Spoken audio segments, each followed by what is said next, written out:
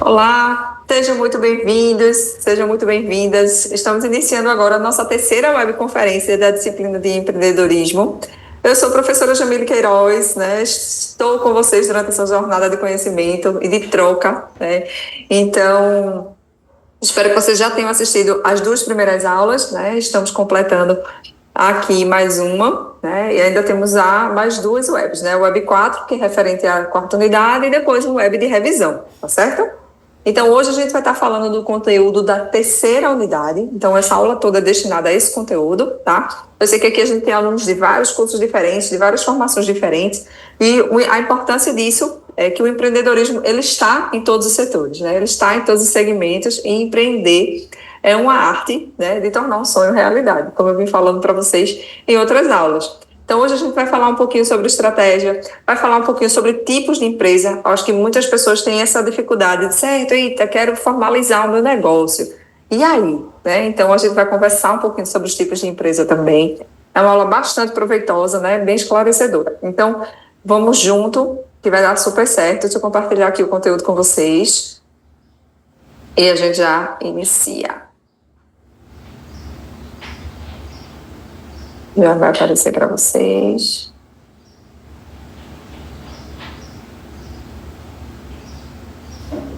Pronto.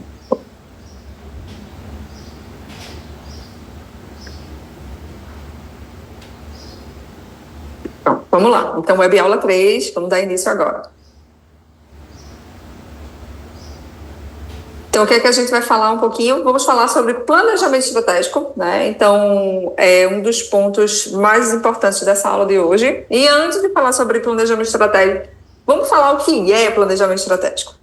Primeiro, eu queria que vocês imaginassem realmente o mercado, de uma forma geral, como um jogo de xadrez, né? Aquele tabuleiro ali, onde você tem que, a todo momento, criar estratégias. Então, você tem que saber onde você vai colocar suas peças, qual é a posição que você vai conseguir sair na frente, né? E conquistar espaço, território, né? Então, imagine que o mercado é isso.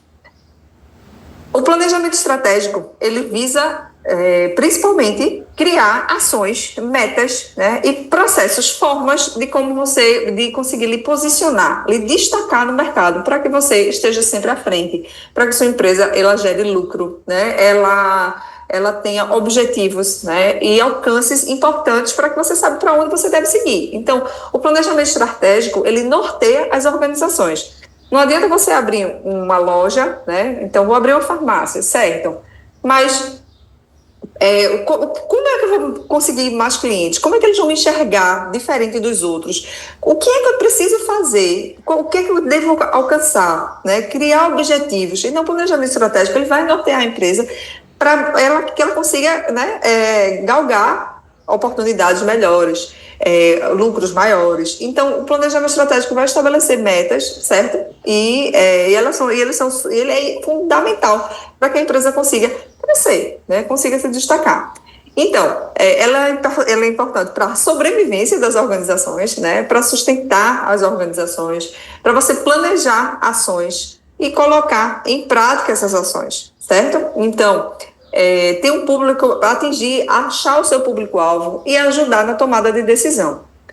O planejamento estratégico, gente, ele pode vir tanto a nível organizacional, como, por exemplo, a empresa ela tem, a gente vai falar um pouquinho já sobre isso, sobre missão e sobre visão, mas a empresa quer crescer, ela almeja ser a maior do Norte e Nordeste, né, por exemplo, daquele segmento. Isso é o planejamento estratégico da empresa. E para que ela consiga chegar até lá, cada setor precisa criar ações, né, para ajudar a empresa a alcançar esse resultado. Por exemplo, o setor de produção precisa entender que ele precisa produzir mais mais unidades daquele produto, né? Ele vai precisar mudar, muitas vezes, ajustar a sua linha de produção para que ela consiga produzir mais em tempo, né, que o produto esteja sempre disponível, usando sua maior capacidade produtiva, né, principalmente eliminando a ociosidade da linha de produção. Então, é o objetivo dele. O marketing vai precisar comunicar melhor a empresa, né? Ganhar principalmente novas regiões, levar a comunicação, dizer, olha, estamos chegando na sua cidade, venha nos conhecer, esses são os nossos preços, vamos estar presente na numa rede varejista tal. Então, ali ele vai colocar propagandas, outdoors, né? Vai gerar tráfego pago dentro das redes sociais, vai criar um site mais robusto, enfim, a logística vai aumentar a sua capacidade de entrega, né? Vai fazer parcerias ali com empresas de transporte para facilitar que o produto chegue mais rápido. Enfim, cada setor vai ter que criar metas para ajudar a empresa a chegar aonde ela almeja. Não adianta só o dono da empresa, o gestor da empresa, ele traçar que ele quer chegar ali. Não, todos os setores têm que estar envolvidos, senão ele não vai conseguir atingir o resultado organizacional. O planejamento estratégico, ele diz, olha, aonde nós precisamos chegar e essas são as nossas ações. Cada setor faz a sua parte para que a empresa consiga chegar lá. Então, o planejamento estratégico ele é fundamental para ajudar também na tomada de decisão. Tudo que se olha é pensando em ajudar a empresa a atingir aquele resultado, tá bom? Então, no planejamento estratégico, existe um fluxo para isso, né? Para que você consiga estar sempre desenhando esses objetivos, né? Primeiro, você precisa coletar a informação, né? Então, o que é que nós temos hoje de recurso, como nós estamos hoje posicionados, né? Quais são os relatórios que são importantes para acompanhamento. Então, você saber fazer o retrato do hoje, né? Colhendo essas informações. Depois você vai estabelecer metas. Poxa, onde é que essa empresa quer chegar? O que esse setor precisa fazer? Né? Então, você vai estabelecer, poxa, a gente precisa melhorar esses indicadores, a gente precisa chegar nesses objetivos, traçar essas metas, desenhar onde você precisa chegar. Depois você vai alocar os recursos. Esses recursos, para que você consiga atingir aquele resultado, podem ser recursos, por exemplo, de mão de obra, você precisa contratar mais pessoas, talvez sejam recursos financeiros, você precisa injetar um capital maior para a aquisição de uma máquina, talvez você precise de insumos, né? Comprar a sua capacidade, comprar mais insumos do seu fornecedor, para que a fábrica, por exemplo, aquela indústria, ela consiga fabricar mais. Então, você vai alocar os recursos, né, de acordo com o que foi planejado.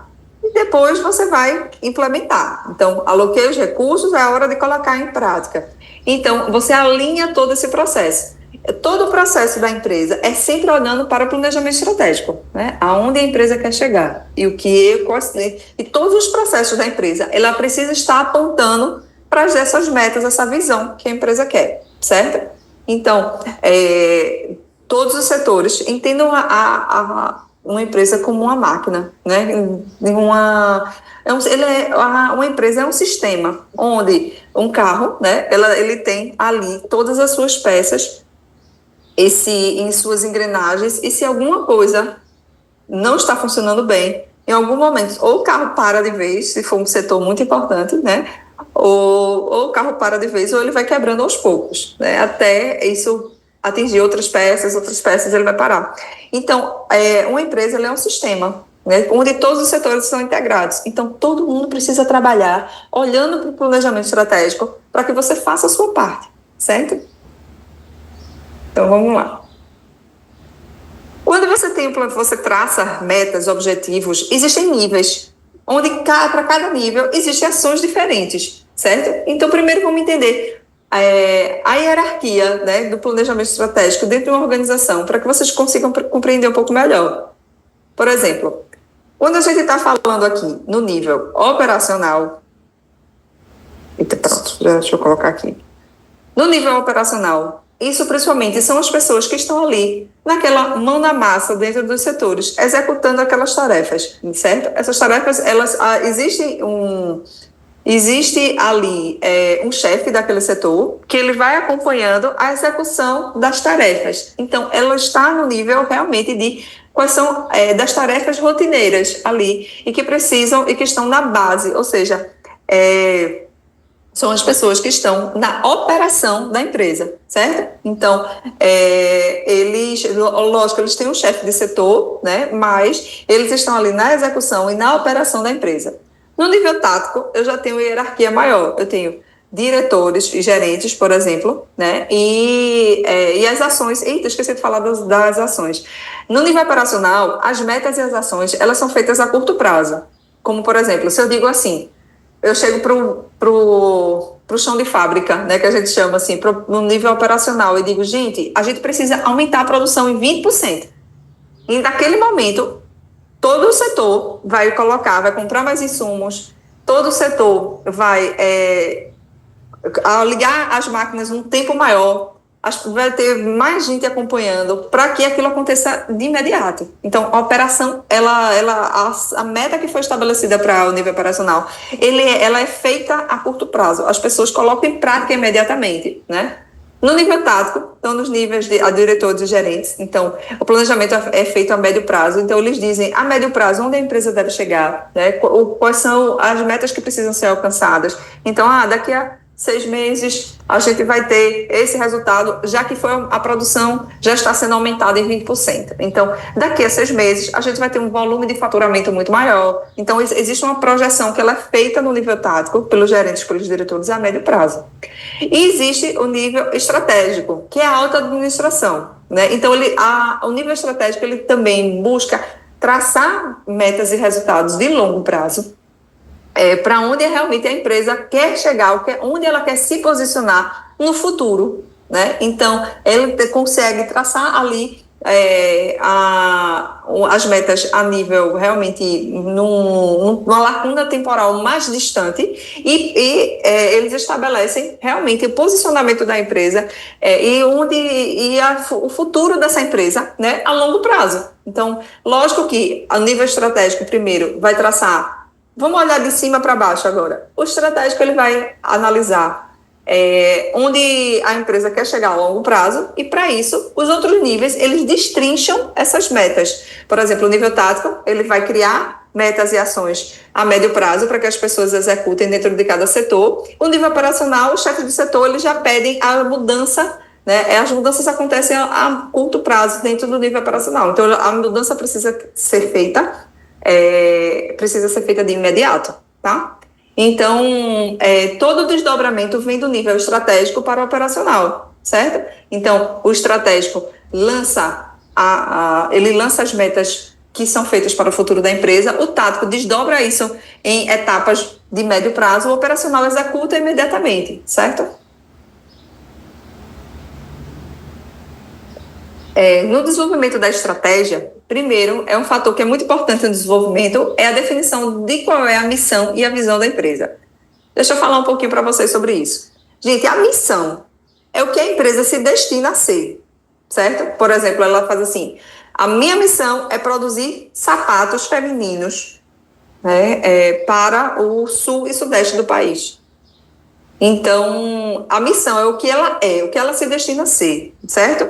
Então, no contexto educacional, a empresa, ela tem por finalidade a formação de tecnólogos e bacharéis. Então, é a missão, é o que ela é. Ela existe para fazer o quê? Né? Então, uma loja de roupa feminina, minha missão é vender, disponibilizar roupas, vestuários femininos para o público de 20 a 50 anos de idade. Então, o que você está ali para quê? Né? Você está vendendo o quê? Qual é a sua missão? O que é que você é? Qual é a sua essência? Qual é a sua identidade? Né? Então, a missão é isso. E a visão, gente, ela é muito alinhada, principalmente, àquelas metas que a gente está falando até agora. A visão é onde você quer chegar. Então, minha visão é ser o maior fabricante de sapatos do Norte e Nordeste, por exemplo. Nos próximos 5, 10 anos, não sei. A meta que estabelece é de acordo com os dados que você tem, né, que você vê que é algo palpável. Não dá para você criar uma visão onde você não consiga chegar, seja inalcançável. Eu quero ser o maior do Brasil. Eu quero ser a empresa pioneira nesse setor, eu quero ser o maior do Brasil, certo? Nos próximos 5 anos. É possível fazer isso? Querer a gente quer muito, mas a visão ela deve ser em cima de dados, de resultados que sejam palpáveis, né? Que realmente a gente consiga alcançar, certo? Vamos continuar aqui. O que é que o planejamento estratégico ele auxilia? Vamos lá, falar um pouquinho sobre isso. O planejamento estratégico, gente, primeiro ele agiliza decisões. Porque como você sabe quais são as metas e onde você quer chegar, então as pessoas não tendem a fugir, né, ir para outros caminhos. Todo mundo está olhando para um futuro só, né, para uma meta que já foi estabelecida. Então ele ajuda ali a tomada de decisão, ela é mais rápida, porque ela vai em cima das metas e dos objetivos. Então, aumenta a capacidade gerencial para tomar decisões, né? Então as pessoas elas já têm aquele script pronto, então e já sabem exatamente o que elas precisam fazer e onde elas precisam fazer, né? Então isso é importante. Então promove uma consciência coletiva, todo mundo sabe que o nosso foco é esse, nós temos que lutar por isso, né? Então nós temos que ser o maior do mercado, para isso tem um concorrente direto ali que ele hoje é o maior do mercado. Então, o que a gente vai fazer? Eu lembro que meu primeiro emprego, ele foi numa rádio. Aqui na minha região. Eu trabalhava, eu era estudante de administração, eu era assistente administrativa lá. Eu tinha 18 anos. Faz tempo. Mas ali, a meta, né? Existiam as metas e a visão da empresa. Ela queria ser a maior rádio, né, do nosso estado, né, principalmente no nosso segmento, que era um segmento de músicas populares, né, uma rádio popular, mas que tinha uma grande audiência. Mas ele não era o primeiro, ele era o segundo do estado, né? Então a meta da visão da empresa era se tornar a maior daquele estado. Então todos os setores a gente trabalhava para isso. Desde da parte artística, dos radialistas que faziam o roteiro, né, faziam toda a programação da rádio, era focando como eu vou ser melhor do que o meu concorrente ali, né, que está em primeiro lugar. O que é que ele faz que é bom e o que é que eu não faço e onde eu preciso melhorar para ficar melhor do que ele. Então, eram os radialistas fazendo isso, os roteiristas, era a equipe do financeiro também, era a equipe do comercial, né? Principalmente o time do comercial tentando ainda focar principalmente em vender mais e tudo. Então, todo mundo queria entender que o nosso foco naquela época era ser a maior rádio do estado. Né? E todos os setores trabalhavam para isso.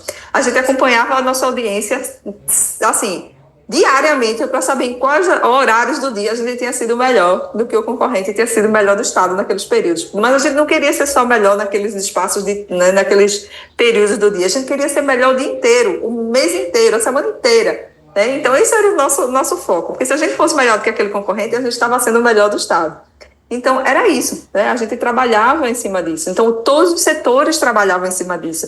Todo mundo acompanhava esses números, né? Então, isso era uma consciência coletiva das pessoas, né? Então, melhora a comunicação, porque todo mundo sabe para onde a empresa quer chegar, proporciona uma visão em conjunto, há uma maior delegação, direção única para todos, melhora o relacionamento da organização com o ambiente interno e externo, certo? Tudo bem até aqui? Vocês entenderam porque o planejamento estratégico é importante? Sim, entendemos, sim. É bem interessante. Ah, que bom, que bom, que bom. Então, vamos lá. Dentro do planejamento estratégico, existem várias ferramentas que são importantes, né? Que ajudam a empresa a criar metas, objetivos, resultados, criar ações que você consiga se destacar e tudo. Então, a gente falou de algumas, assim, a gente falou sobre a missão e a visão. A missão e a visão faz parte do planejamento estratégico, né? Agora, análise SWOT, eu sei que vocês já devem ter visto análise SWOT em outras disciplinas. Alguns cursos veem esse tema com mais frequência, né? Principalmente cursos da área de gestão. Outros cursos não vêm com tanta frequência, né? Então, como o empreendedorismo está ligado para todas as áreas, a gente vai entender agora o que é análise SWOT, certo? Análise SWOT, também chamado aqui no Brasil de FOFA. Deixa eu sair da frente, porque vocês vão conseguir ver melhor. Porque a tradução de forças, fraquezas, oportunidades e ameaças, certo? Então, esse conceito, né, de análise SWOT, ele é muito importante. Eu vou explicar para vocês como acontece dentro do mercado e também queria que depois vocês fizessem uma análise como se você fosse uma empresa. Eu vou detalhar sobre isso. Vamos lá, vamos primeiro entender o que é a FOFA, ou seja, a análise SWOT. Então, vamos falar aqui das forças. As forças e as fraquezas, ela faz parte do ambiente interno da empresa. A empresa olha para dentro dela e vê o que ela tem de melhor e o que ela tem de pior, certo? Então, o que é que ela quer? O que ela tem de melhor, ela quer, principalmente, destacar isso no mercado, que as pessoas reconheçam que ela é melhor naquilo. E as fraquezas, ela quer tentar minimizar essas fraquezas para que não sejam tão danosas, né? E que as pessoas não percebam tanto que ela é ruim nisso. Né? Então, vamos lá. Vamos falar sobre o ambiente interno, que são as forças e as fraquezas. Por quê? Porque essas são controláveis. As forças, você pode potencializar o que você tem de melhor. E as fraquezas, você pode combater. Está nas suas mãos fazer isso. E isso você consegue, as forças e as fraquezas, você consegue melhorar, né? Você consegue destacar. Então, por isso que faz parte do ambiente interno. Então, quais são as suas forças? Quais são as suas vantagens? Então, um ponto principal. O que você tem de melhor em relação ao teu concorrente? Por exemplo, você pode dizer assim, vamos falar sobre a Amazon, Mercado Livre, Shopee. Vamos falar aqui, o que é que vocês acham que a Shopee tem de melhor? Vamos falar de compras online agora, empresas de vendas online, marketplaces e tudo mais. O que é que vocês acham que a Shopee tem de melhor? Preço. Boa, já foi direto. Exatamente, preço. Todo mundo conhece a Shopee porque ela tem uma vantagem competitiva, que é o preço. Quem vende na Shopee sabe que tem que vender pelo preço mais baixo que é possível para conseguir estar ali, se destacar e vender mais. Porque a Shopee, a estratégia dela é vender em escala, fazer com que aquele vendedor consiga vender em escala, vender muito. Então, o preço da Shopee é o que mais chama a atenção dela, é a força dela, certo? Agora, vamos falar de uma fraqueza da Shopee.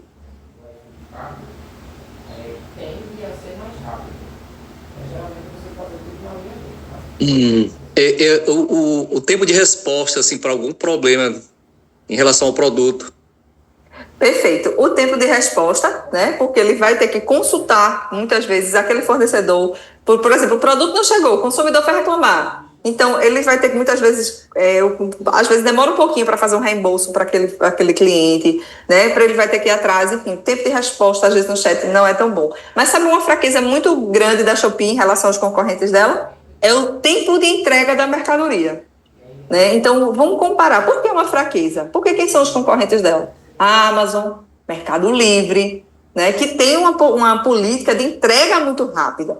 Então, no Mercado Livre, se você comprar no método full deles, que até a Shopee também está implantando, mas se você compra no método full, teu produto chega amanhã. A Amazon já tem essa prática também, né, de entregar muito rápido, com poucos dias está ali. Então, muito prazo que eles estabelecem um prazo, muitas vezes de uma semana, teu produto chega com 2 dias.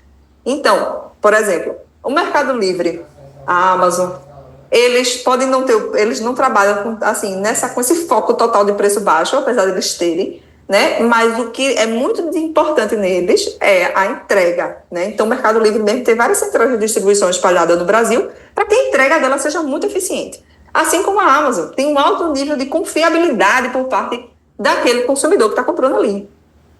Então, quando a gente está falando nisso, então quais são as forças, né? As forças do Mercado Livre, da Amazon, né, ali o tempo de entrega, que hoje, dentro do mercado digital, o prazo é um dos fatores determinantes como estratégia, né? A pessoa você compra um produto, sem você ver, se você tem ele na sua frente para comprar, você compra numa confiança que chegue logo. O consumidor fica nessa expectativa, poxa, meu produto vai chegar quando? Né? Então, o que essas empresas fazem, né, como estratégia? Entregar logo. Né? Quanto mais rápido ela entrega, mais fácil o consumidor comprar outra vez. Então, a Shopee ela tem preço, é a força dela. Mercado Livre e Amazon, eles têm tempo de entrega muito curto, são as forças deles. Então, a fraqueza da Shopee pode ser o prazo dela, que não é tão grande, né? O prazo dela demora, porque quem vai postar ali é aquele fornecedor. Então, são as fraquezas, né? Então, agora vamos falar isso daqui, por que a força e a fraqueza? Ela faz parte do ambiente interno. Porque isso, as empresas podem melhorar. Por exemplo, você tem que dizer às pessoas, com as suas forças, o que você tem de melhor. Aí, por exemplo, o Mercado Livre ele vai comunicar seu produto em 24 horas. por exemplo, ou 48 horas, seu produto vai estar na sua casa. Ele precisa dizer e comunicar, e para que o consumidor perceba isso, que essa é a vantagem dele. A Shopee precisa dizer, eu tenho o melhor preço do mercado. O consumidor precisa enxergar isso. Então, você pode comunicar, você pode potencializar isso daí, tornar isso como seu diferencial competitivo. Você fala, você comunica melhor e você passa a ser conhecido por essas suas forças. E nas suas fraquezas, você vai trabalhar para melhorar. Como assim eu vou melhorar minhas fraquezas? Por exemplo, se a Shopee percebe que o tempo dela de entrega é ruim, ela precisa melhorar isso. E ela pode melhorar, né? Ela pode criar uma forma de otimizar essa cadeia de suprimento, né? De melhorar o transporte, o frete, enfim, de chegar mais rápido ali na casa do consumidor. Então, a fraqueza você pode melhorar, só depende de você. Né? Vamos trazer isso, vamos deixar os grandes de lado, vamos falar num pequeno empreendedor. Aquele empreendedor que acabou de abrir ali no seu bairro uma lojinha de festas, né? Ali com uma bomboniere, com itens de festa e tudo no seu bairro. Quais são as forças que ele vai dizer? Então, o que ele vai dizer? Por que vai destacá-lo ali?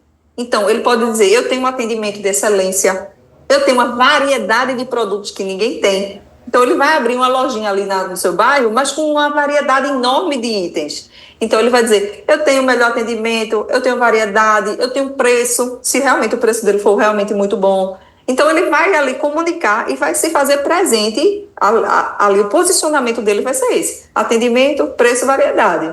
Mas quais são as fraquezas daquela bomboniere, por exemplo, que está ali? Bomboniere não, que é o mercado, essa lojinha de festas. Ela pode dizer que minhas fraquezas, só que ela não vai dizer isso para o mercado, mas todo mundo percebe. O cliente vai perceber, por exemplo, ela pode não ter um estacionamento, as pessoas quando forem comprar vão chegar lá com o carro para parar e não vai ter estacionamento, vão ter que estar procurando na região um lugar para parar. Então a localização dela pode não ser boa, ela pode não ter um estacionamento, ela pode não fazer Ela pode não atender com delivery, por exemplo. A pessoa tem que ir na loja. Essas são as fraquezas.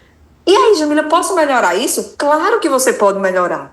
As fraquezas você pode melhorar. Então, você pode dizer assim, poxa, eu não tenho estacionamento, mas eu aluguei um espaço aqui do lado de um terreno, né? E meu cliente agora vai poder colocar aqui nesse terreno de forma gratuita. Melhorei? Melhorei. Eu não tenho estacionamento, mas eu dei a opção ao meu cliente.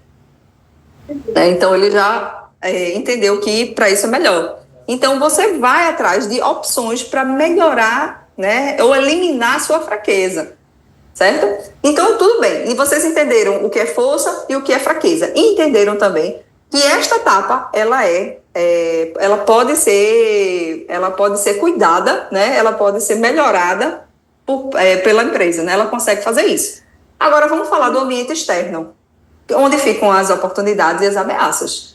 Tá? Então, as oportunidades e ameaças, a empresa não pode fazer nada. Isso vem de fora. Ela só tem que combater ou aproveitar. Como assim, Jamil?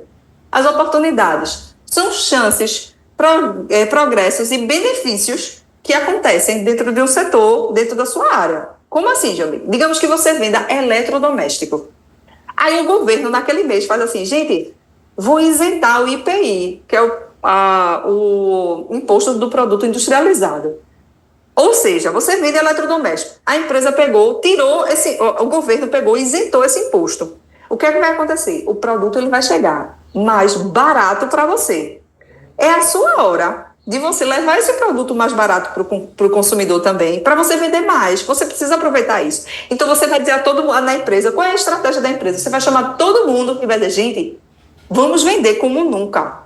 Esse imposto não vai ter mais, o produto vai ficar mais barato, a gente vai dizer ao consumidor que estamos com desconto de 30% em cima de tudo que a gente está vendendo, né? Porque o produto está mais barato. Então, ali você vai aproveitar essa oportunidade, né? É a sua chance de você melhorar. Então, ali você vai aproveitar esse benefício realmente que foi imputado e você vai vender mais, certo? E agora vamos falar das ameaças. As ameaças também são questões que também atrapalham bastante as empresas. São obstáculos de efeitos externos, riscos. Digamos que, de repente, aconteça venha uma nova lei ali que limite que limite algo dentro da sua área, né? Alguma questão ambiental que diz assim, esse produto não pode mais ser produzido porque ele polui o meio ambiente. Só que você vendia muito aquele produto. Aquele produto era o seu carro-chefe da sua empresa, mas aquela lei ambiental proíbe que você venda. O que é isso? Isso é uma ameaça. Então, ali, de cara, você sabe que você vai sofrer um impacto no seu faturamento muito grande. E o que você pode fazer? Você pode dizer assim, não quero que essa lei exista. Não, você não pode, porque é um efeito externo. Isso faz parte do ambiente externo. Então, o que é que você tem que fazer? Se defender. Poxa, então se eu não vou poder mais vender esse produto, o que é que eu vou trazer como substituto? O que é que eu vou poder fazer para que isso não impacte tanto no meu negócio? Então, você vai criar ali possibilidades, né, para poder, digamos assim, recuperar esse faturamento que você vai perder. Então, são, né, para cada setor existem estratégias diferentes. Então, a todo momento, a gente tem que se defender das ameaças, se defender aqui dessas ameaças, e a todo momento a gente tem que aproveitar essas oportunidades, certo? Então, essas questões externas, elas podem vir tanto do governo quanto do jurídico, né, das leis. Então, você só acompanha e aproveita ou se defende, certo? Vamos lá, tem uma análise SWOT aqui, que eu trouxe de uma academia, por exemplo. Então, digamos que seja uma academia aí do seu bairro, não sei se tem alguém aqui do curso de Educação Física, mas digamos que você queira abrir uma academia, você abrir uma academia do seu negócio, ali você vai analisar quais são suas forças, suas fraquezas, suas oportunidades e as ameaças, certo? Vamos fazer análise SWOT, vamos fazer sua polpa, né? Então, quais são as suas forças? Eu trouxe aqui de forma fictícia, tá? Então, para essa empresa, digamos que esse nome seja Jamile Fitness, só que não, né? Mas digamos que seja, o nome dessa academia que seja Jamile Fitness. Então, vamos lá falar das forças. Para essa minha empresa, para essa minha academia, o que é que eu tenho de melhor? Eu tenho equipamentos modernos e variados ali. Eu tenho uma localização muito conveniente, que é muito fácil, né? As pessoas podem chegar, a rota é muito fácil para estar ali. Eu tenho instrutores qualificados e experientes. Essas são as minhas forças e eu quero ser reconhecida por isso. E o que é que eu tenho de fraquezas? Eu tenho um espaço limitado em horários de pico. Então, veja, apesar de eu ser uma ótima academia, ter essas excelentes forças, mas eu tenho, em horários de pico, fica difícil, né? Tem muita gente que tentando revezar a máquina, eu tenho um volume muito grande na academia, que às vezes o ar-condicionado pode não dar vencimento, então eu tenho um espaço limitado para esses horários de muito fluxo, então é a minha fraqueza. Eu tenho baixa presença nas redes sociais, ou seja, eu até criei um Instagram, mas eu posto pouco,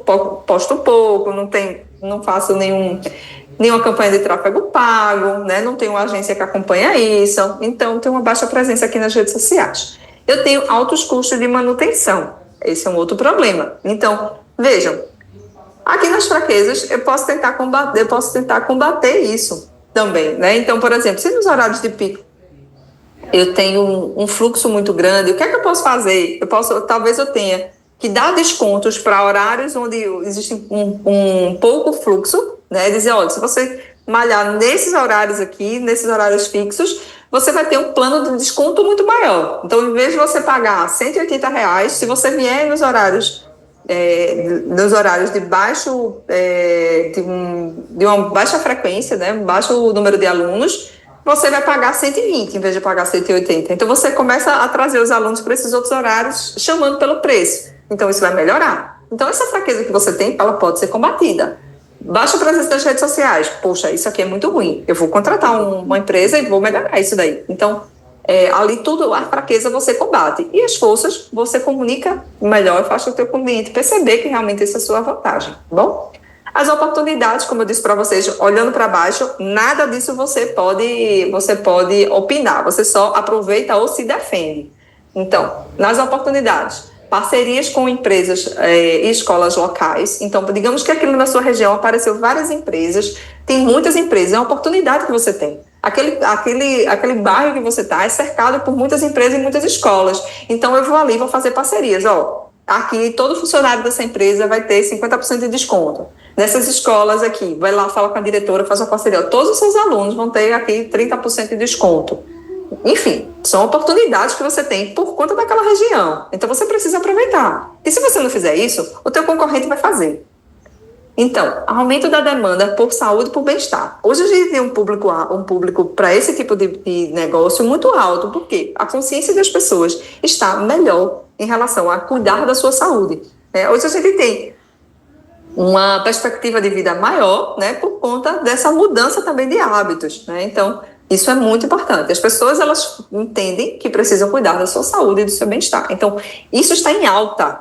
É um tipo de negócio que está em alta por conta dessa consciência das pessoas. Então, isso é uma oportunidade. Você precisa abrir um negócio disso se você é da área, né? Então, expansão de aulas e de serviços. Também, né? Então, existem vários outros serviços dentro desse mundo aí das academias que você pode, inclusive, numa plataforma digital, fazer treinos online, alunos que compram apenas, você pode fazer pacotes, né? Pacotes de personal, pacotes de aluno que já quer o treino pronto, enfim. Então, você tem várias oportunidades que você pode, a partir do avanço da tecnologia também, abraçar e melhorar ali a sua entrega de serviço e aumentar seu portfólio de serviços. Agora vamos falar das ameaças. Ali nas ameaças, a concorrência, certo? Então, a concorrência de academias e estúdios. Lógico, como é um setor que está crescendo muito, a gente consegue perceber que também tem muita academia, na verdade. A gente tem academia na cidade, muitas academias na cidade toda, né? Então, em vários bairros, normalmente, todos os bairros têm academia. E não só uma academia, né? Então, a gente chama isso de maré vermelha, né? Então, todo mundo está entendendo que é um ótimo negócio, por conta da consciência das pessoas, então a gente tem uma maior concorrência. Estabilidade econômica é um outro ponto também, e mudança nas tendências fitness, certo? Então, as pessoas também buscam outras opções, né, de esporte, de atividades. Então, às vezes é um esporte, uma atividade ao ar livre, uma corrida, então elas deixam de ir muitas vezes para a academia porque estão fazendo outra atividade, enfim. Existem aí outras opções. Então, isso é uma ameaça, né? Então, você precisa se defender disso. Eu lembro que a Coca-Cola, falando um pouquinho sobre ameaças, ela fez muitas aquisições para combater a concorrência, né? Então, existem os concorrentes dela diretos, né? Enfim, quando a gente fala ali de, sei lá, Guaraná, enfim, de Pepsi e tudo, ela tinha concorrentes diretos, só que ela também tinha concorrentes indiretos que faziam com que o seu consumidor não bebesse Coca-Cola, por exemplo. Existe uma parcela da população que, em vez de tomar refrigerante, por conta da consciência, hoje, né, de saúde, diz assim, refrigerante eu não tomo, então eu vou tomar chá, eu vou tomar suco. O que foi que a Coca-Cola fez? Comprou a Chá Leão, que é uma empresa com eles que já tinha um know-how grande no mercado de venda de chá. Então, o que foi que ela fez? Então, se você não vai tomar refrigerante para você tomar, porque você gosta de tomar chá, pelo menos você vai tomar o meu chá. Então, ela comprou a Chá Leão. Não vou tomar refrigerante porque eu quero tomar suco. Aí ela comprou a Del Valle, que é outra empresa que o foco delas é suco. Então, foi uma estratégia, né, para combater ameaças de concorrentes indiretos que também estavam impactando ali, né? Você sabia que aquele público você não perdeu, porque eles estão com a consciência mais saudável, pararam de comprar teu produto. E agora, o que é que você faz? Então, a forma dela, a estratégia que ela criou para conter a ameaça foi fazer aquisições de outras empresas, certo? Que eram desses ramos mais saudáveis.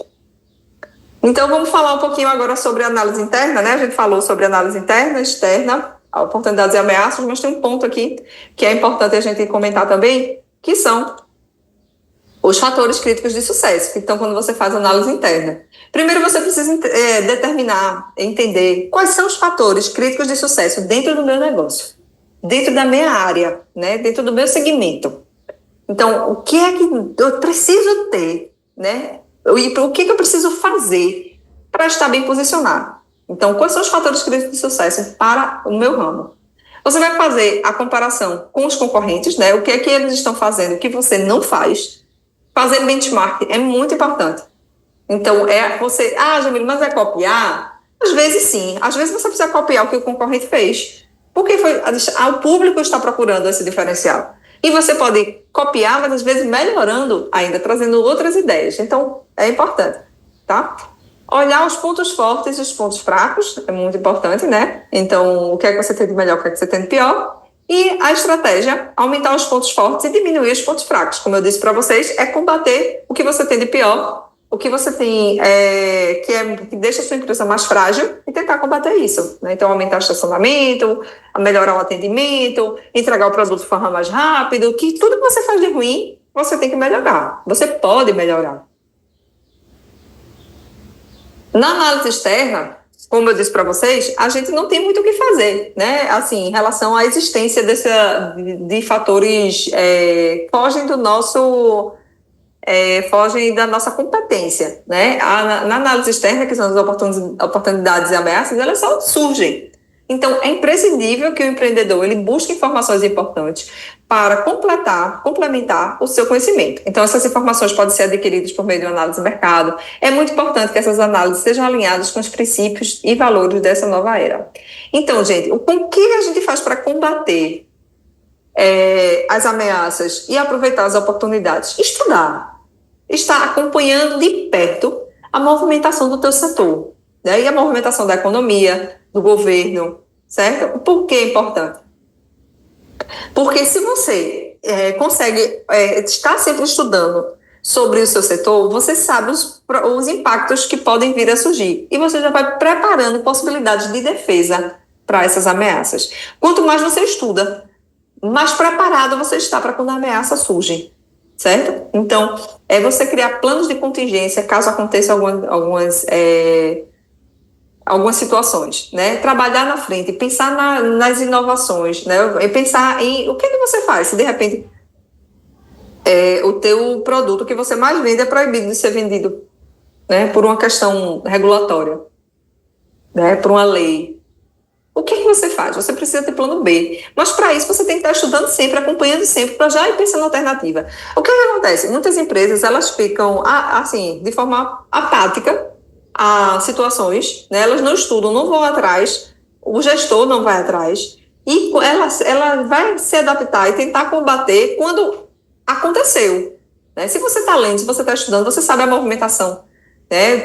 Essas possibilidades. Eita, tem um projeto de lei aí que está em análise que isso pode acontecer. E aí, se isso for acontecer, o que é que eu vou fazer? Então, você pensa antes. Não espere chegar para você pensar no que fazer. Então, é estudar. A análise externa, ela vem principalmente da responsabilidade do gestor de estar acompanhando, estar estudando, para que quando acontecer aquela, como a gente fala, aquela rebordosa, né, nas ameaças, aquela situação difícil, ele saiba o que fazer. E nas oportunidades também. Quem primeiro identifica a oportunidade ganha na frente, ó. Até seu concorrente for buscar essa oportunidade, você já está ganhando dinheiro há muito mais tempo. Então, o estudo, né, o acompanhamento, o monitoramento do seu setor da economia, ele é fundamental, tá bom? Vamos lá. Quais são os tipos de organização que existem, né? Existem as organizações são indústria, comércio e serviço, né? As indústrias, que são as produtoras dos bens, né, que nós usamos.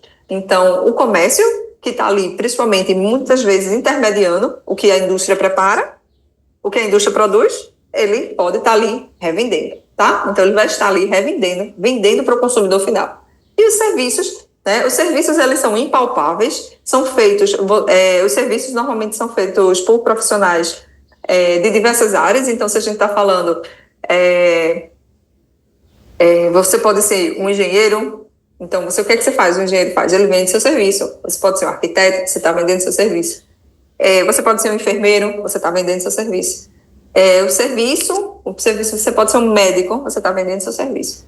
O serviço, ele é impalpável, ou seja, você não tem um produto físico que você pegue. O serviço, ele acontece naquele momento junto com o prestador de serviço, que a gente chama isso no marketing de encontro de serviços. Naquele momento que o encanador chega na sua casa para consertar o cano, aquilo ali é o produto sendo executado, que é o serviço.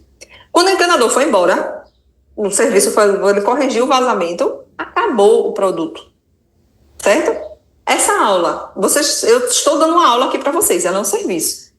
Vocês não podem pegar nessa aula. A aula acabou, você adquiriu esse conhecimento, acabou, o produto, né? O produto, ele foi findado, certo? Então, esse é um ponto importante, tá certo? Vamos lá. Tá certo, fique à vontade. Tá bom, Ana, muito obrigada, viu? Tipos e formatos jurídicos de empresa. Vamos lá. A empresa, gente, Jamile, poxa, eu quero abrir um negócio, eu não sei nem por onde começar. Que tipo, o que eu vou ser? Vou ser um empreendedor individual? Eu vou ser um microempreendedor? Eu vou ser uma empresa individual? Existem tantas possibilidades, né, de responsabilidade limitada. Eu vou ser uma sociedade empresarial? O que eu vou ser? O que eu vou ser? Eu vou ser uma sociedade simples? Gente, depende. Tudo depende. Certo? Eu vou falar para vocês sobre as empresas e vocês vão ver, poxa, isso aqui eu não me adequo. Isso aqui eu posso me adequar. Ou eu posso começar dessa forma e evoluir para essa outra forma. Também pode, tá certo? Então vamos falar um pouquinho aqui sobre o empresário individual, certo? Então, como o nome diz, né, ele exerce em nome próprio a uma atividade, certo? Ele não tem uma sociedade e a sua responsabilidade é ilimitada, ou seja, responde com seus bens pela obrigação assumida. Pode exercer atividade industrial, comercial ou prestação de serviço, mas não de profissional intelectual. Possui faturamento anual de 360 mil reais. Deixa eu falar um pouquinho para vocês sobre isso. O empresário individual, por exemplo, eu posso abrir uma empresa com meu nome, Jamile Queiroz. Eu posso ser um empresário individual.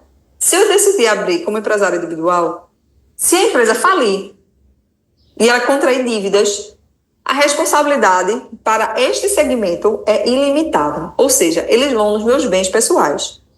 Ali vão em um apartamento, num carro, no dinheiro que eu tenho na minha conta bancária. Então, tudo isso, essa responsabilidade é limitada. Então, se a empresa fechou, aquelas pessoas, aqueles credores, eles vão te procurar, né, e vão buscar os seus bens pessoais para liquidar a dívida que a empresa contraiu, certo? Primeiro ponto. Você pode ser um MEI, que é um microempreendedor individual, que é um empresário individual com receita bruta de até 80 mil por ano, optando pelo Simples Nacional. O MEI, ele foi criado principalmente para profissionais autônomos que não tinham formalização. Né? Eles executavam ali suas ações, seus serviços e tudo, e não podia emitir nota porque não era formalizado e tudo. Então, o microempreendedor individual, ele surgiu ali principalmente com um benefício de impostos, né, impostos mais baixos, para que ele pudesse ali também se formalizar, né, e o governo também acompanhar melhor essas empresas. Você pode ser uma empresa individual com responsabilidade limitada, que é a IRL, só que isso aqui não pode mais estar aqui. Mas eu vou mostrar para vocês qual foi que substituiu, né, o tipo jurídico de empresa que substituiu esse formato, né? Mas eu vou falar para vocês porque ela existiu e ainda existem empresas nesse regime, né, que estão sendo migradas. Então, a IRL são ações... Deixa eu mostrar aqui para vocês em outro slide. Mas são ações individuais, ação individual sem sócio, com responsabilidade limitada. Ou seja, aqui, a dívida da empresa, ela não poderia ir para os bens da pessoa física. Ou seja, se a empresa falisse, aqui ela era restrita ao capital da empresa. Se você abrir um capital da empresa no valor de 15 mil reais, o que os credores podem ter acesso é apenas o valor daquele capital, aquele capital que a empresa abriu, certo? Não pode ir no bem do proprietário da empresa, certo? Do empreendedor. Uma sociedade empresarial. Deixa eu sair da frente. Então, ela é possível a atuação coletiva entre 2 ou mais sócios, sendo sua responsabilidade limitada ao capital social. Como a gente fala sociedade empresarial, porque aqui, para você abrir esse formato, você precisa pelo menos, né, você e mais outra pessoa, para que você possa abrir uma sociedade. E é limitada ao capital social. Então, se a empresa fechou, ninguém pode ir em cima do seu capital pessoal, certo? Dos seus bens, das suas propriedades, nada disso vai poder ser utilizado para quitar dívidas da falência dessa empresa, tá? Não pode. Então, hoje é o regime de maior número de empresas no mercado, né? São sociedades empresariais. Existe a sociedade simples também, que é possível a atuação coletiva entre dois ou mais sócios, sendo sua responsabilidade limitada, ilimitada. Então, é aqui, normalmente as pessoas não usam, né? Mas é uma sociedade onde você tem ali você com outro sócio, mas que se a empresa fechar, eles vão em cima do seu capital. Então, aqui tem um gráficozinho, uma tabelazinha comparativa, por exemplo, o MEI, que é o microempreendedor individual, número de sócios, só pode ser ele é limitada, mas com restrições. Que restrições? Se for verificado que a empresa fechou, mas não houve irregularidades, por exemplo, o microempreendedor não usou o capital daquela empresa para benefícios próprios, o que acontece muitas vezes, né, daquele, poxa, estou precisando, vou fazer aqui um aporte dessa empresa, ou seja, vou pegar um pouco do capital dela, porque eu quero comprar um carro novo para mim, não é para a empresa, é um carro novo para mim. Então, a empresa fechou muitas vezes porque você fez vários aportes, né, que eram do dinheiro da empresa para o seu benefício próprio. Isso é uma irregularidade. Se for constatada irregularidade, aí sim a sua responsabilidade passa a ser dos seus bens pessoais, porque foi constatada irregularidade. Mas se a empresa fechou realmente por falência, ali por dívida, ela não conseguiu ter lucro, não deu certo, pronto. Então, a dívida da empresa, ela se restringe ao capital inicial, né, do microempreendedor individual, quando ele abriu a empresa. Foi 5, 10 mil, então vai ser aquilo dali. Ninguém vai em cima da propriedade dos bens pessoais, certo? Então, e para quem é essa pessoa? São autônomos ou pequenos empreendedores, certo? Pessoas autônomas. Eu trabalho, realmente eu sou arquiteto, mas eu sou microempreendedor. Todo meu projeto, eu vou lá, vou tirar minha nota fiscal. Esse é o seu público, né? Esses são as pessoas, pequenos empreendedores que tinham muitas vezes, poxa, eu tenho uma lojinha pequenininha aqui, o faturamento é pequeno, não tenho funcionários, você é um microempreendedor. Então, ali o MEI, ele cabe para você, né? Então, negócios pequenos, poxa, eu tenho uma bomboniere aqui pequenininha, que tem um faturamentozinho, pronto, você pode ser um microempreendedor, porque ele tem restrição, né, como eu falei para vocês, de faturamento anual. Então, se for uma grande empresa, ela já tem que migrar, ela tem que sair do microempreendedor para um outro tipo, que é onde tenha uma possibilidade de aumento desse faturamento, desse capital, tá bom? Então, você pode ser um empresário individual, né, que também, como o próprio nome diz, só é uma pessoa. A responsabilidade, ela é ilimitada, ou seja, se a empresa fechar e você tiver credores, eles vão em cima dos seus bens pessoais. Uma indicação, são negócios simples, individuais. A sociedade limitada, como eu disse para vocês precisam de sócios, né? Você, ou pelo menos, 2 ou mais, você e outra pessoa. Você vai ter limitada ao capital, a sua responsabilidade. Então, a empresa fechou, vai só em cima do capital da empresa. Foco, pequenas e médias empresas, certo? Sociedade limitada a unipessoal. Essa daqui substituiu a Eireli, que eu falei para vocês no slide anterior, certo? Então, esse novo segmento, essa nova nomenclatura, esse novo tipo, substituiu a Eireli. Então, o número de sócios só é 1, por isso que o nome é sociedade limitada a unipessoal, é limitada ao capital da empresa e a um empreendedor individual com proteção patrimonial. Aqui ele pode ter um faturamento maior, né? Essa empresa pode ter um faturamento maior. Então, ela não é...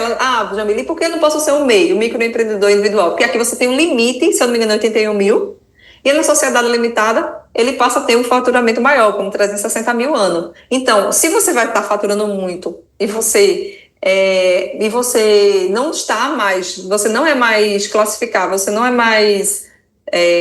está na faixa do seu microempreendedor por conta desse faturamento, você pode abrir uma sociedade limitada unipessoal, ou seja, migrar, né, de MEI para essa, por exemplo, tá? Então, isso o requisito é esse faturamento, é o que diferencia.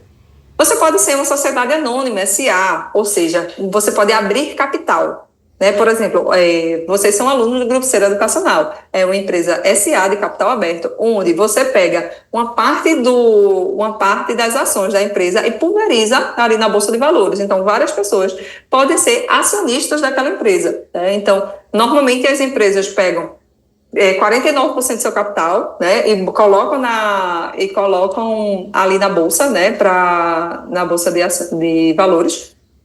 As pessoas, os acionistas vão comprar essas cotas, essas ações, na verdade, né? Então, e você ainda detém, como?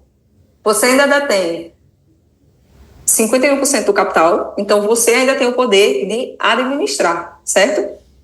Então, é limitada ao capital, limitada aos valores das ações, né, o capital, os valores das ações, e são grandes empresas, né? As empresas que são SA são grandes organizações.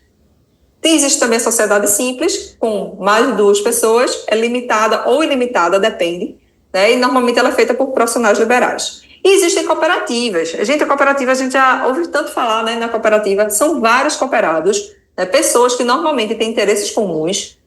Ela é limitada ou ilimitada, depende, mas ela tem foco em associações sem fins lucrativos, ou seja, pessoas, digamos que ali do artesanato, né? Mulheres que produtoras, ali, mulheres artesãs, né? De crochê, de tricô, enfim, elas fazem artesanato e elas se juntam numa cooperativa, onde essa cooperativa vai falar por elas, vai ajudar a buscar novos mercados, a levar seu produto, exportar seu produto. Essa cooperativa ela vai trabalhar para fomentar o empreendedorismo desses cooperados, certo? O foco dela não é criar lucro para a cooperativa, mas ela está ali para ajudar e auxiliar nesse grupo de pessoas, esse grupo de empresas, muitas vezes, com interesses comuns, tá? Eu coloquei isso daqui, eu não vou... como eu vou deixar esse slide disponível para vocês, ele detalha o que é cada um. Mas eu não vou estar aqui, como a gente já falou, né? Mas eu vou estar aqui disponível para vocês nos slides, certo? É uma síntese de tudo que eu falei para vocês, tá certo? O que é o empresário individual, o que é o MEI, né, que é tão falado, que é o microempreendedor individual. Ó, aqui o faturamento deles é 81 mil por ano. Então, se você se enquadra nesse limite de faturamento de 81 mil por ano, este é o enquadramento que você precisa ter, é de MEI, certo? Então, você vai ter um CNPJ, você vai emitir notas fiscais, você pode ter aposentadoria e benefícios previdenciários também, porque você vai recolher ali o seu INSS, né? Por exemplo, um cabeleireiro, um eletricista, um vendedor online. Então, todas essas pessoas podem ser o MEI, tá certo? Vamos lá.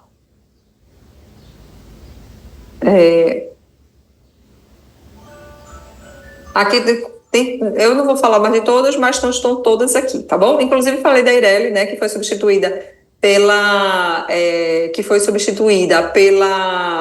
Sociedade Limitada Unipessoal, SLU, certo? Então tá aqui também, tá tudo descritinho, um resuminho para vocês e exemplos também de empresas que se enquadram ali nesse regime, tá bom? Então eu coloquei aqui para vocês. Então, gente, mas deixa eu trazer aqui, como a gente ainda tem 10 minutinhos, deixa eu falar um pouco, porque a gente já tira algumas dúvidas aqui.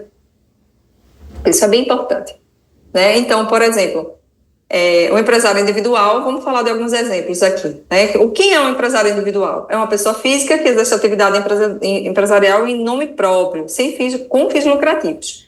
Então, a sua responsabilidade dele é limitada, o proprietário responde com os bens pessoais e dívidas da empresa, é indicado para pequenos negócios, profissionais autônomos que desejam formalizar. Por exemplo, é um mecânico que abre sua própria oficina, né? Então, João quer abrir sua própria oficina, ele pode ser um empresário individual, certo? Ou ele pode, mas o ruim desse regime é que a responsabilidade é ilimitada. Então, se você for me perguntar, Jamile, tu acha legal abrir ser um empresário individual? Ei, não, eu acho melhor você ser um microempreendedor individual. Por quê? Porque aqui, sua responsabilidade no MEI, né? Sua responsabilidade é limitada ao patrimônio do negócio, certo? Então, ali, se você falir, né, seus bens pessoais estão protegidos pela lei. Então, o microempreendedor individual, como eu estou falando para vocês, ele é uma forma simplificada de um empresário individual criada para formalizar trabalhadores autônomos. O limite é até 81 mil, é limitado ao patrimônio do negócio, como eu disse para vocês, seus bens estão protegidos, você vai ter CNPJ, você vai emitir notas. Então, essas pessoas que normalmente são MEIs, pode ser um cabeleireiro, um eletricista, um vendedor, enfim. Na sociedade limitada, como eu disse para vocês, LTDA, né? Então, é uma forma de 2 ou mais sócios, então não dá para ser você sozinho, por isso que é uma sociedade, né? Então, ela é limitada ao capital social, por isso que ela é tão utilizada, né? Então, você quer abrir uma sociedade que seus bens estejam protegidos, é a sociedade limitada que tem essa possibilidade, tá bom? O limite aqui de faturamento, ela não tem um limite de faturamento. Então, Jamila, então, qual é a vantagem? É que você sabe que você vai estar nesse regime por muito tempo, né? Então, você não precisa estar no Simples Nacional, né? Nesse enquadramento. Aqui você sabe que se você for aumentando você pode ir para o lucro real, para o lucro presumido, né? Aqui a forma o seu regime tributário, certo? Pode variar. Então, você pode ter você e seu sócio, né? Nessa sociedade, vocês podem ir aumentando esse faturamento e apenas mudando o seu regime tributário. Então, e a sociedade limitada unipessoal, que substitui o EIRELI, né? Então, que é uma versão individual da limitada. Então, Jamila, eu não quero sócio, eu trabalho sozinho, né? Então, aqui você pode abrir uma SLU, né? Que é uma versão individual da sociedade limitada. Tem os mesmos critérios. Ela foi criada em 2019 e o que ela faz? Ela protege seu patrimônio. Então, se você não tem sócio, você quer proteger seu patrimônio, então pode abrir aqui, né? Você vai ter também essa possibilidade de um faturamento maior e tudo mais, sem a restrição de você ser um MEI, né? Que só pode faturar até 81 mil por ano. Então, aqui, de repente, você pode faturar 81 mil no mês, não é verdade? Então, aqui você pode abrir uma sociedade limitada unipessoal, certo?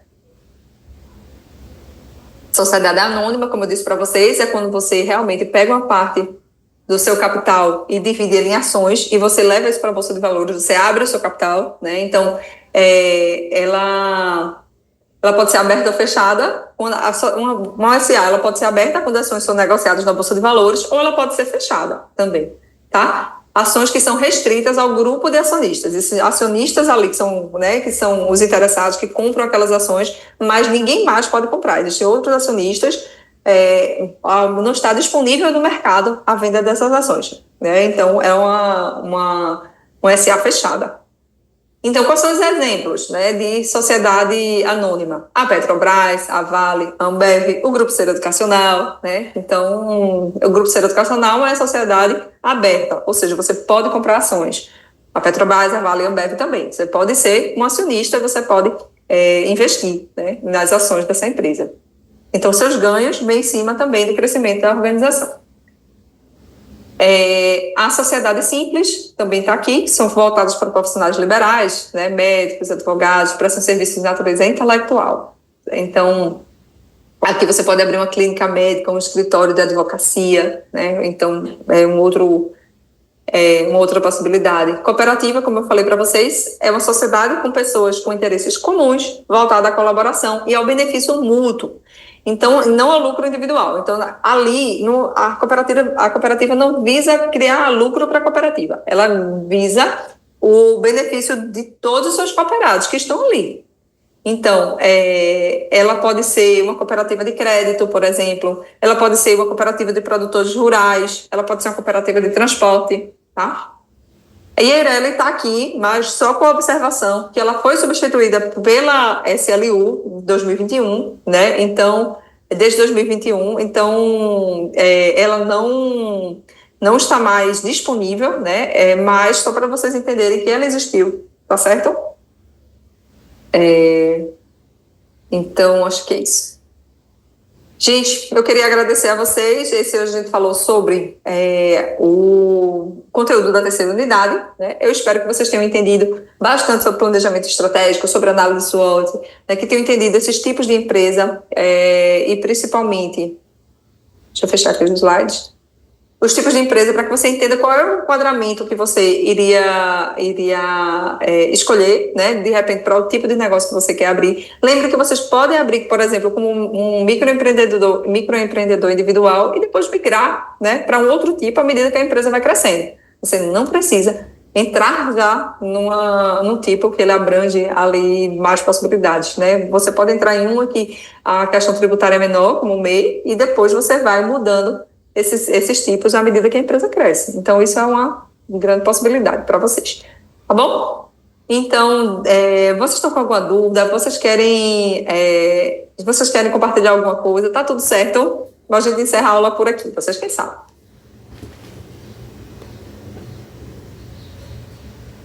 Tá tudo bem? Eita, Almir, acho que teu áudio tá fechado. Abre ele. Pronto. Eu quero eu não sei se ainda tem tempo ainda, é só compartilhar aqui uma experiência de empresa. Eu tinha anteriormente uma empresa individual, uma microempresa, né? E aí acabei que transformando essa empresa como EPP limitada, né? Perfeito. Inserindo o meu filho engenheiro dentro da empresa, a gente fez então essa sociedade, ele por ser engenheiro civil, então a gente transformou essa empresa numa razão social que iria ser então um escritório de engenharia e com o passar do tempo ser uma pequena construtora também, com o objetivo de construção de casas para a Caixa Econômica, alguma coisa. Nós estamos inicialmente focando em projetos arquitetônicos. O meu filho é muito bom, realmente isso aí, mas observamos que a concorrência, ela é assim, no popular, aquela palavra de prostituído, né? O preço. Então, acabamos que descobrindo isso de uma forma muito frustrante.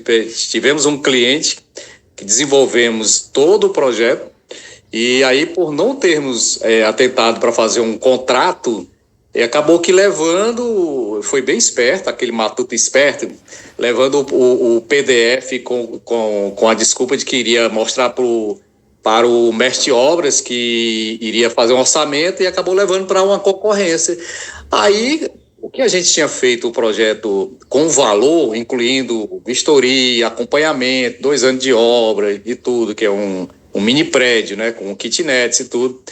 Aí a gente tinha cobrado um valor X, por exemplo, 16 mil, com os 4 projetos, projeto arquitetônico, estrutural, hidrossanitário, o elétrico. Aí um engenheiro lá que é acostumado a colocar só as placas e assinar, pegou o nosso projeto e disse, não, eu faço tudo por 3.500. E aí nós perdemos. Ele ficou com o nosso projeto que já estava feito e perdemos o cliente, perdemos 1 mês de trabalho, de desenvolvendo com exclusividade, todos os pontos, medindo, indo lá, tudo isso. Aí ficou esse aprendizado, né, nessa questão.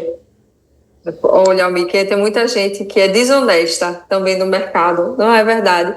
E fizeram vocês perderem tempo, mas ao mesmo tempo, fizeram vocês perder tempo, mas realmente foi um grande aprendizado que ficou. É uma forma que vocês vão estar pensando em alternativas de proteção, né, para vocês, para o capital intelectual de vocês, que eu acho que é o que vocês vendem hoje, é o capital intelectual. Exatamente. Né? E se protegerem dessa forma. Michael Porter, né, Porter, ele fala de uma coisa que é bem interessante na concorrência.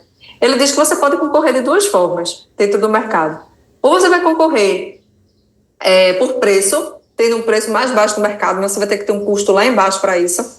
Ou você vai concorrer por diferenciação. Você vai levar alguma coisa que ninguém tem, que ninguém faz, né? Um serviço realmente de alto nível, né? Às vezes um atendimento de alto nível. Você vai conseguir vender mais caro, mas porque a pessoa percebe que você é diferente, né? Que você traz algo a mais, é complementar.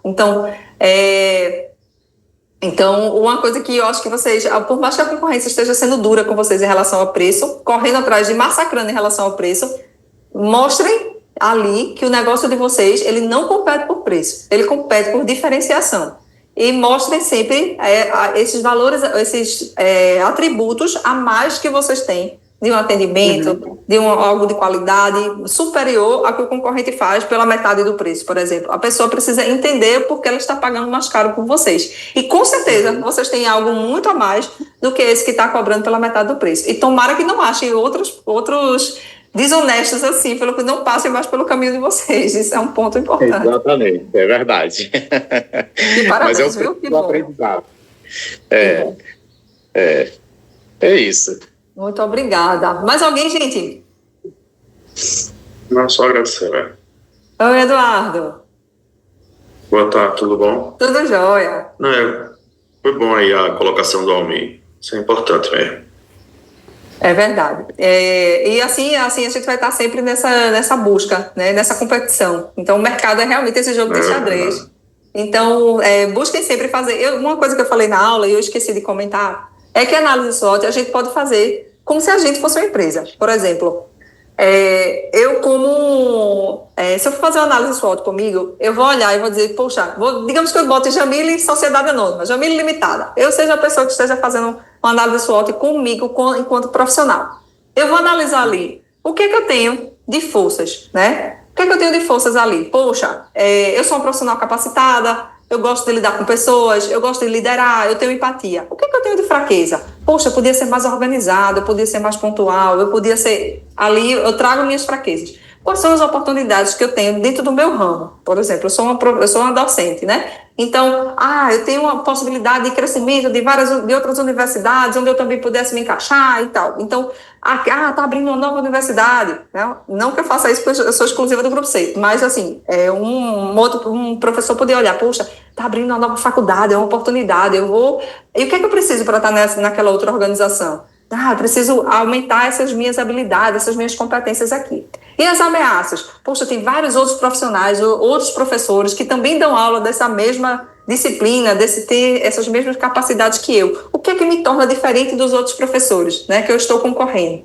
Então, eu queria que, como exercício, né, para todos vocês, que vocês fizessem essa análise SWOT com cada um de vocês. Né? Então, pense, você enquanto profissional, veja quais são suas forças, suas fraquezas, o que tem de ameaça para você e o que tem de oportunidade para você. Por quê? Até quando a gente está passando por uma entrevista, a gente tem que potencializar o que a gente tem de melhor. Você vai saber quais são as suas forças na hora que você estiver passando por uma entrevista, na hora que você estiver vendendo o seu projeto para um cliente. Então, você vai dizer o que você tem de melhor e o que você tem de mais fraco. Tente combater. Eu acho que era isso o exercício que eu queria deixar para vocês, né? Para que vocês reflitam, tá bom? Então, eu queria agradecer a todos pela presença. Espero vocês na próxima aula. Muito obrigada pela participação do Almir, do Eduardo e todos vocês que estão aqui comigo, da equipe de mediadores. Então, um beijo e um abraço para todo mundo, tá? E um bom final de semana que está chegando por aí também. Até a próxima aula. Tchau, gente.